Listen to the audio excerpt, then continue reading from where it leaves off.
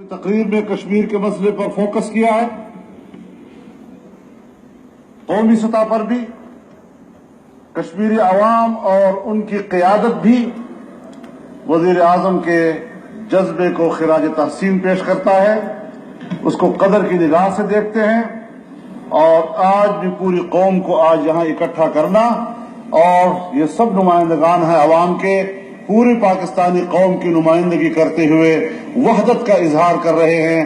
کشمیریوں کو آج ہم متفقہ پیغام دینا چاہتے ہیں کہ آپ تنہا نہیں ہیں، پوری پاکستانی قوم آپ کے شانہ بشانہ کھڑی ہے.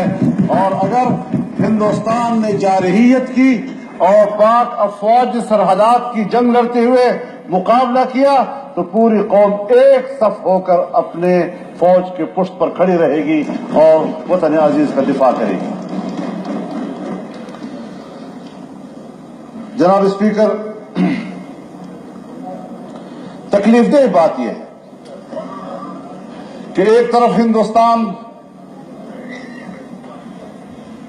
عام آدمی کی خوشحالی اور اس کے روزگار کی بات کر رہا ہے، ہمیں چیلنج کر رہا ہے آئیے ہمارے ساتھ اس پہ مقابلہ کرے، یہاں مقابلہ کرے.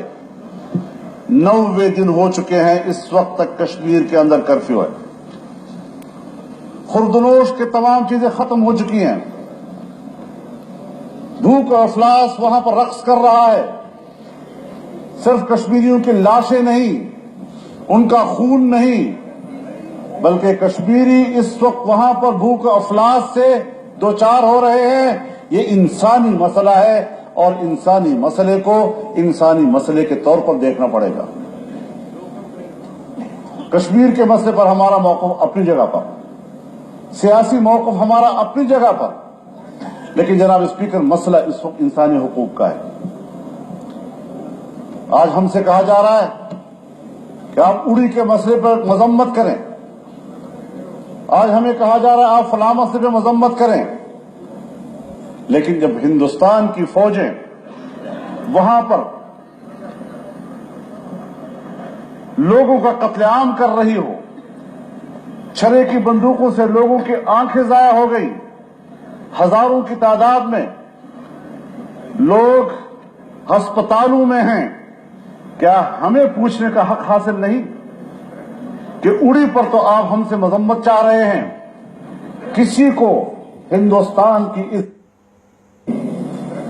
کہ اڑی پر تو آپ ہم سے مذمت چاہ رہے ہیں، کسی کو ہندوستان کی اس ظلم اور اس بربریت کی مذمت کی توفیق ہوئی ہے؟ ہم بھی دنیا سے بات کرنا چاہتے ہیں، ہم بھی دنیا کی ضمیر کو جھنجھوڑنا چاہتے ہیں، اور اس وقت بھی ان تمام مظالم کو دیکھتے ہوئے دنیا کا ضمیر خراٹے مار رہا ہے. ہم ابھی تک اس کو جگا نہیں سکیں.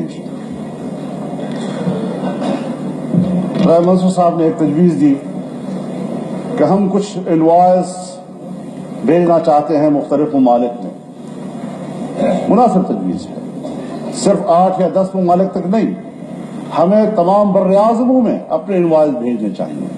یہ پورا پارلیمنٹ ہے، انتہائی باصلاحیت لوگ یہاں بیٹھے ہوئے ہیں. ہمارے ملک میں ایک بہت بڑی کھیپ ہے آپ کے ڈپلومیٹس کی، جو ریٹائرڈ ہیں، جو اپنی صلاحیتوں سے لیس ہیں. ان کی خدمات حاصل کی جائے، ان کو دنیا میں بھیجا جائے تاکہ ان کو وہ پاکستان کا موقف صحیح طور پر سے پیش کر سکیں.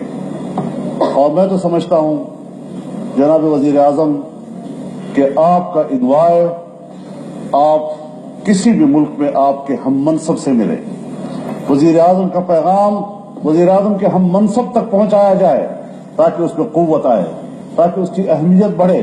اور اسی حوالے سے ہمیں پورا دنیا میں پھیلنا چاہیے تاکہ ہم اپنا موقف اور ان مظلوموں کی آواز ایک ایک ملک اور ہر قوم تک پہنچا سکیں. ظاہر ہے جی کہ ایک ظلم ہے جو دنیا میں چل رہا ہے.